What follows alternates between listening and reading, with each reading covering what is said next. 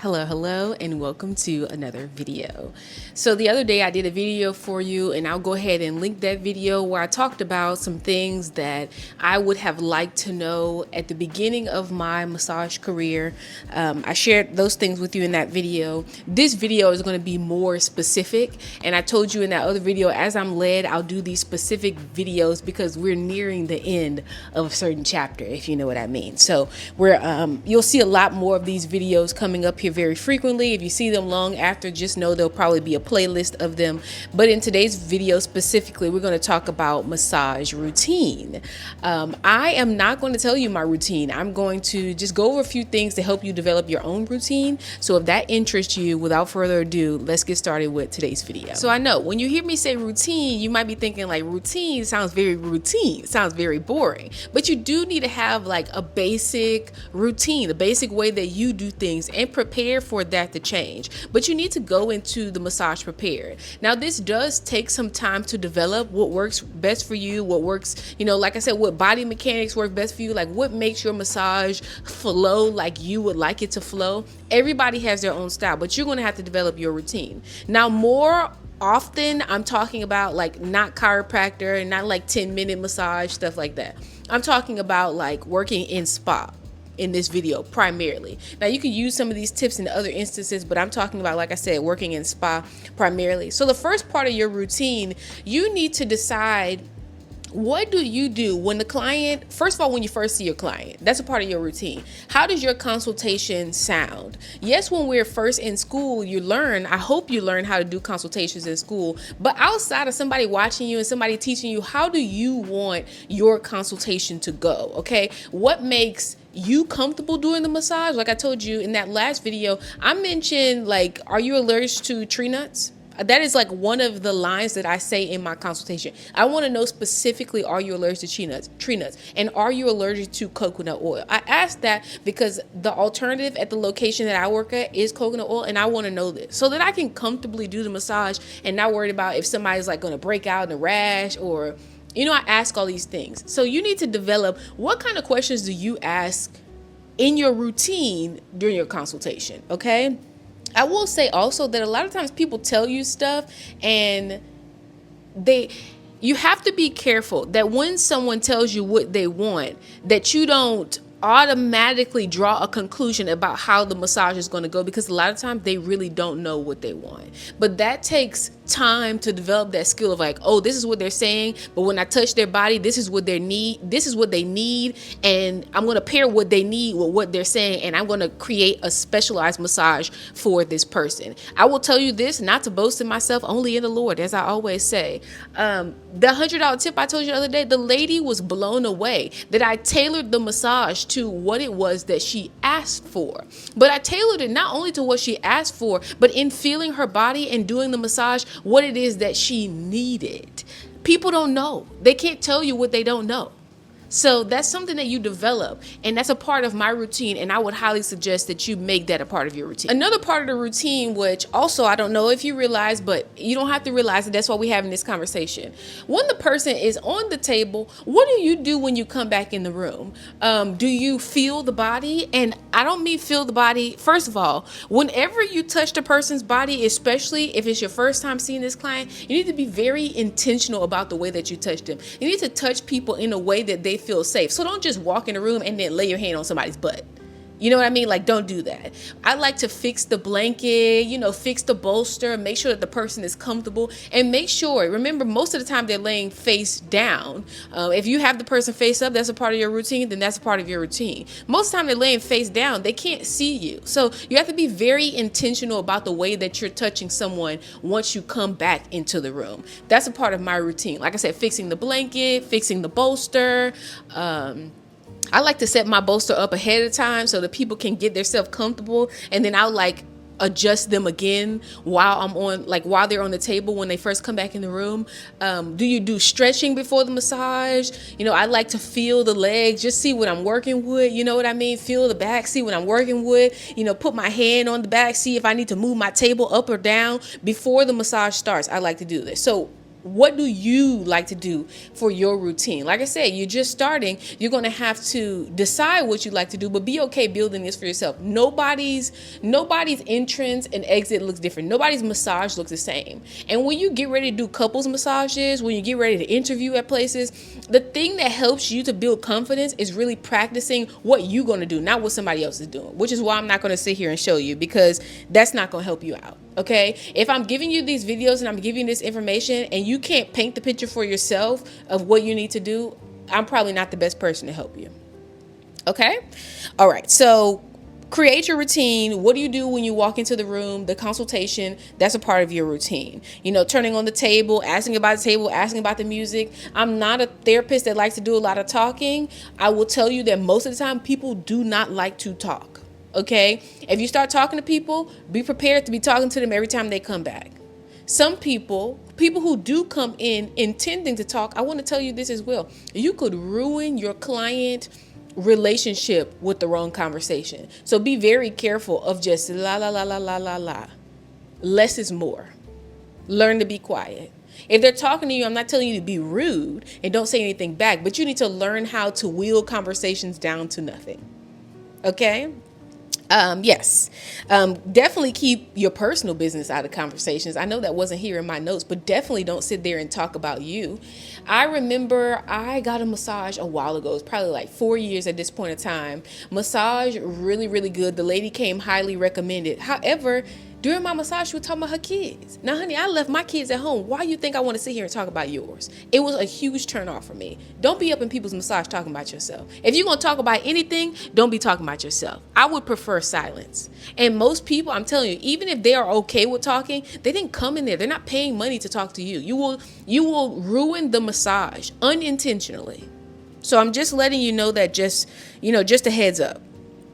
So yes, the next thing is, sometimes, well, I also want to tell you this. So sometimes I told you in that other video, it was a daily life video. You work for places and they'll have routines. This is one of the reasons that I say stay away from places like this when you first start, because you want to build your own routine based on what works for you, and you really want to develop your own style. If you're working with some place, and they have basically like a choreographed routine, it doesn't allow you to build your own routine and then have confidence outside of what they have going on. I've worked at places, I work at places like, contract at places where they do have like a set routine. They want you to start the massage a certain way and end the massage a certain way.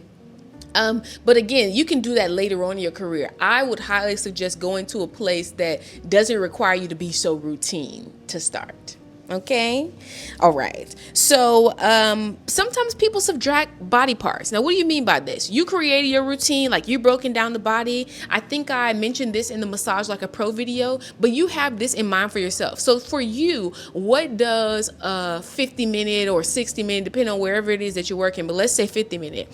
What does a 50-minute full body massage look like for you? How long are you going to spend on the back? How long are you going to spend on the arms? How long are you going to spend on the legs? Are you going to do the head? Please tell me you're going to do the head. Please tell me you're going to do the hands. Please tell me you're going to do the feet. Because a lot of the time I heard that people are missing out on parts or not spending enough time on parts. So break that down. And that's a part of your routine. How you break it down, how long you spend on different places is a part of your routine. It's a part of your style. I've seen a lot of people, they spend a lot of time on the back.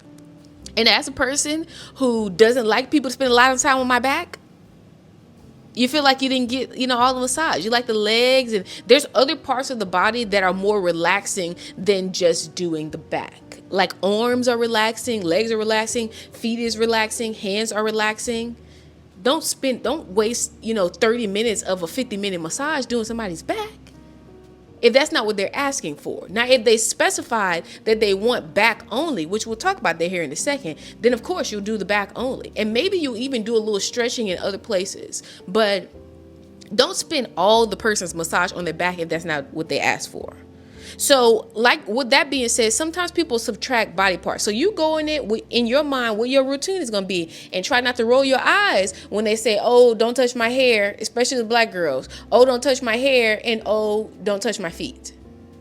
So try not to roll your eyes, because that definitely, if I normally spend, 10 minutes on the feet at the end of massage, I have to put that 10 minutes somewhere else. So when you in your consultation, a part of your routine would be to ask questions like that so that you're able to structure how you're going to do this massage. Don't go into the massage with and just be just doing stuff. I heard from a person, I asked her, you get a lot of massages. You get a lot of massages like all around the world and stuff like that. And I asked her what's different? Why do you like the massage that I give? And she told me that it's very, rhythmic and predictable. If you do this over here, you're doing this over here. And sometimes I do have to mix it up ever so slightly, but I don't make it a practice. I don't want it just to feel you're just winging it. It's not professional. You don't want no massage. Somebody paying, $200. You don't want no winging it. You want it to be very structured. Well, you do that with planning. Okay, yes, skill, but you do that, plan out have your routine. And then while the person is talking, in that consultation, you're spending that 5 minutes or so, washing your hands and getting ready for their massage while they're getting on the table. Don't spend it doohicking around. Plan what it is that you're going to do. And when you're in the beginning stages, this might take more effort from you. As you move on, it becomes more easier. Okay. But if you're a new grad, just, sometimes you have to go through the learning curve. So don't be afraid of that. So like I said, don't roll your eyes when people say, I don't want you to do this, do that, do that. Learn how to talk to them, which brings me to the next thing.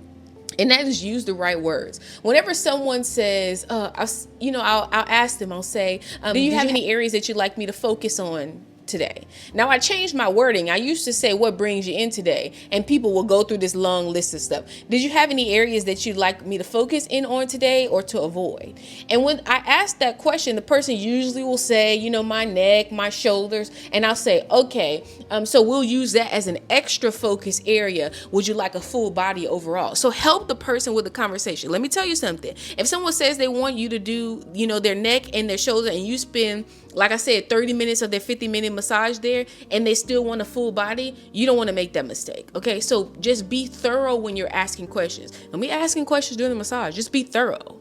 Be thorough in your initial consultation. Okay, so don't spend too much time on one area of the body, and then use the right words when you're speaking with people. Extra focus means extra focus. Extra focus does not mean this is my only area of focus. Ask the person. Now, I also be careful of this. Ask the person if there are any places that you would like to avoid. If you see somebody, and be careful with this, because sometimes people say, no, I don't want you to do my feet because they never had a good foot massage. And then, that's 15 minutes, 10 minutes, however you want to spend, that you got to find some other time. You got to find time to do it. You have to find time to use somewhere else, okay? Because you and your words have made someone exclude that. Most of the time people will try and exclude their feet. Sometimes I honestly just don't ask. I just gauge. Okay? But if someone comes in and you see they got, nice little barrel curls, their hair clearly looks done, I would ask them, is it okay if I touch your scalp? Ask them. If someone is saying, hey, I would like you to do some work here on the back of my neck, say, is it okay if I touch your scalp? Because sometimes you do need to trace the hair up there. So if you're asking me for neck work and you tell me don't touch your scalp, that's going to give me how this massage is going to go. You're just pretending like you want neck work. You don't really want neck work. And like I said, some people, they'll say something hurts and then they really don't know what's going on. They don't know what's going on. I told you in that other video, Google some stretches and learn how to incorporate stretches and massage in the same, especially when people have pain in the neck, in the neck and in the shoulder specifically. I will find stretches for those. Legs, I would find stretches for those to do in my massage. They work every single time. So yes, just be sure that you use the right words, because people, they will exclude things if you ask them about it. Especially, I've noticed the feet. Scalp, sometimes. I love when people come in and they'll have no exclusion. Girl, don't avoid nothing. You can touch it all. Okay. You know what I mean? I'm a professional here, so I shouldn't have to tell you that. I mean, don't touch nothing inappropriate. But I know some freaks are out there. I have to say it. So when I say you could touch it all, they're not excluding their scalp. They're not excluding their feet and things of that nature. So what if somebody says they want a 90-minute back? Don't roll your eyes. Just try not to roll your eyes. That's all. A 90-minute back it's boring. When I say it's hard to do, it's because it's boring, or it might physically be hard to do. I had a 90-minute deep tissue hard body And when I say deep tissue, I mean like legit deep tissue, hard body. None of this tissue is moving. This tissue is actually hard due to inflammation. And the person wanted 90 minutes. And my arm was hurting for a good 4 to 5 days after that. So that kind of brings me into my next thing. This might not be something that you're comfortable doing when you're new, but be okay to tell the truth. I can't do that. You can say what you can't do. You can say what you won't do. Now, yes, be prepared for whatever the backlash is to that. Maybe it will be less of a tip than what the person would have initially given you. Maybe it might be the attitude, but you got to be okay with all that. Just, don't let the client come in and tell you what you gonna do with your body, because it's your body that's doing the massage. Now, if you can't do it and you don't want to do it, that's something else. But if you simply can't do it, you're gonna have to develop that to where you're okay, like telling the truth. I know you want me to go really deep in here, but that's not what I see to be the issue here. A lot of time, people love you to take your thumb and lay it in right here. And you know what I do? You know the wording that I use? When I'm going through there, I'll say, is it at all tender as I'm putting my hand there? And they'll be like, no, it feels fine. And I'm like, okay, because I'm not noticing that there's any, abnormality in the area. If they're asking me to put additional pressure somewhere and there's no pain, I'm simply not going to do it. I'm not going to do it. If someone asks for deep tissue, my next question automatically is, are you having any pain? I'm not just going to be sitting there like, wearing down my thumbs and stuff like that. Nobody's about to do that. For what reason? And you'll be up in there sweating, huffing and puffing. And I'm telling you, and I'm not saying that you do everything for a tip, but it's those people who will wear you out and then you're worn out and they'll tip you barely.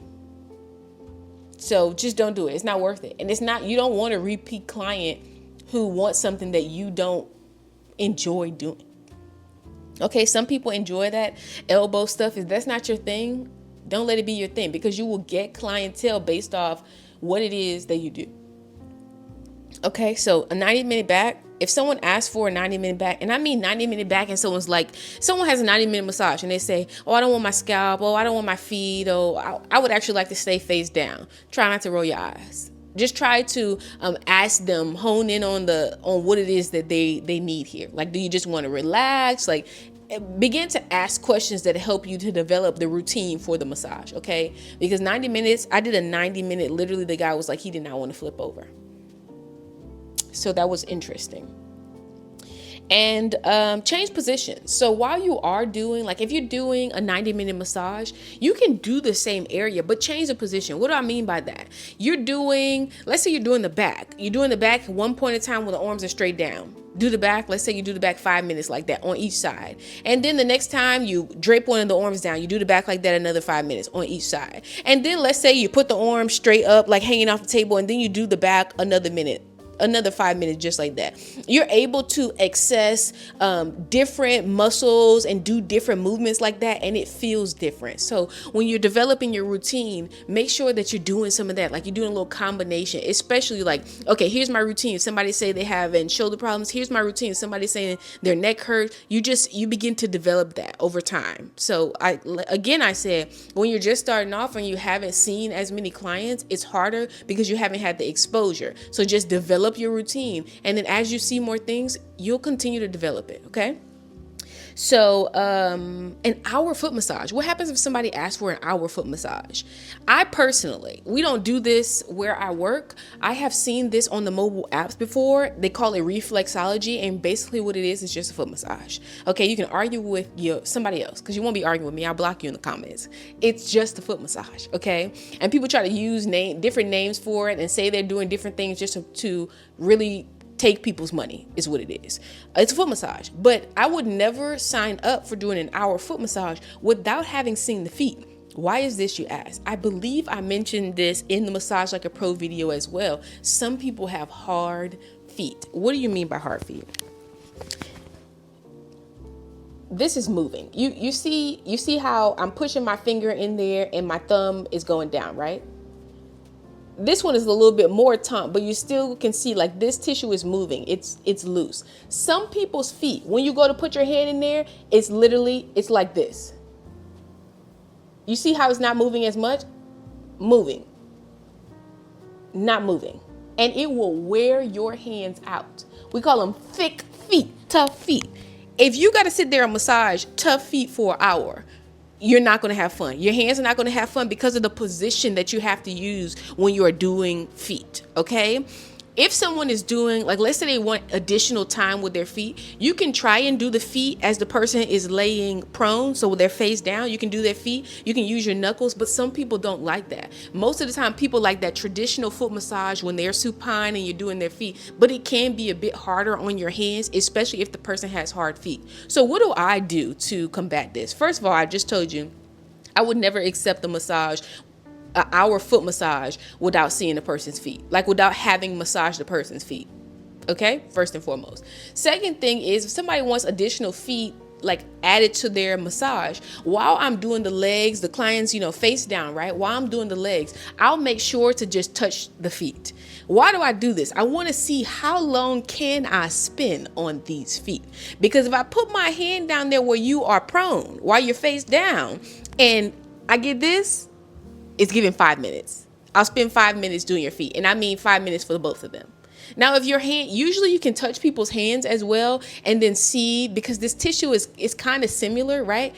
You can usually touch people's hands and see how tough or not tough that their feet will be. Sometimes it doesn't work that way, but there are ways that you can tell what kind of feet you're going to massage before you get to the feet. I will highly suggest that you do that so that you can structure your massage accordingly. It's much easier to find more things to do while the client is, on their stomach than when they flip over. Okay. I'm just letting you know. It is harder to find things to do on the front side because there's just a lot of bony landmarks. Okay. It's not as easy to do the massage when the person is face up. There's less to do because most of the time there's less meat. Okay. So if you can't massage the feet that long, just find that out while the person is in the position where you could, do a little extra leg.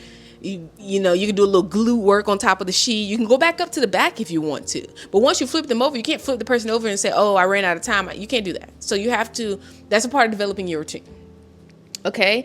That's one of my tricks for feet. Another thing is, like, let's say the person does have hard feet and maybe they added like a foot treatment. I will most definitely make sure you always have enough hot towels, okay? Because hot towels can elevate the foot massage without you doing a lot of work on your hands. I would literally do compressions in the hot towels and feet. Do not wear down your hands. Do not wear down your thumbs specifically, are very, like, you're using a lot of your fingers and your thumbs when you're doing the foot massage. Don't wear them down because somebody wants you to spend, 20 minutes on some hard feet.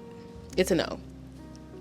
I already talked about that one. And the last one I put was, it's okay to be honest. Like I said, if you can't do something, you don't want to do something, you're not comfortable with doing something, somebody's asking you for more pressure and you're giving them as much as you got, it's okay to be honest. Now, like I said, there might be pushback for you being honest, but you got to be okay with the pushback as well. If you need to go up to the front, if you need to talk with your boss and have them change your schedule to where you're not getting deep tissue massages and things like that, you need to do that. But I want to tell you this as a new person coming into the industry, that sometimes people will not book a deep tissue massage but still need one. And when I say deep tissue, in this instance, I'm literally just talking about more pressure. A lot of times when people book deep tissue, especially when they don't say they have like a point of pain, what they really want is more pressure. If you can't give more pressure, you can't give more pressure. Now, some people are just not as strong. And this is the example that I was getting when I was putting together these notes for you. My daughter, when she was like 4 years old, she was very young.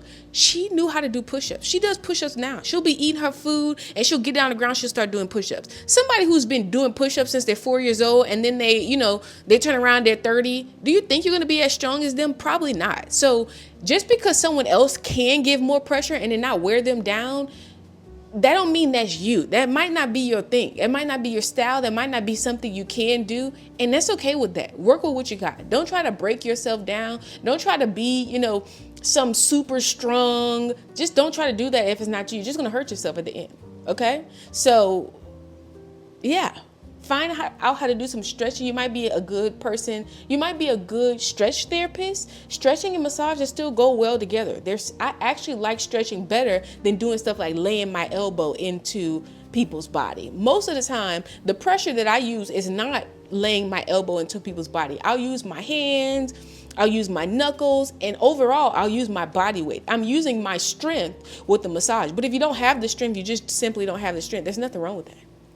It's nothing wrong with that. So I hope that this was helpful for you in helping you to develop your routine. Like I said, there's no need for me to show you my routine. You just have to keep in mind that you have to develop your own. And if you are new, which this video is for the newbies, it's not for you guys who have been here and you know everything. No, because I don't know everything. But it's just for the newbies. Just be okay with the fact that it's something that you're developing. You learn new things along the way and you're developing it, okay? So, as always, if you have a question, ask one, and I'll see you in the next video.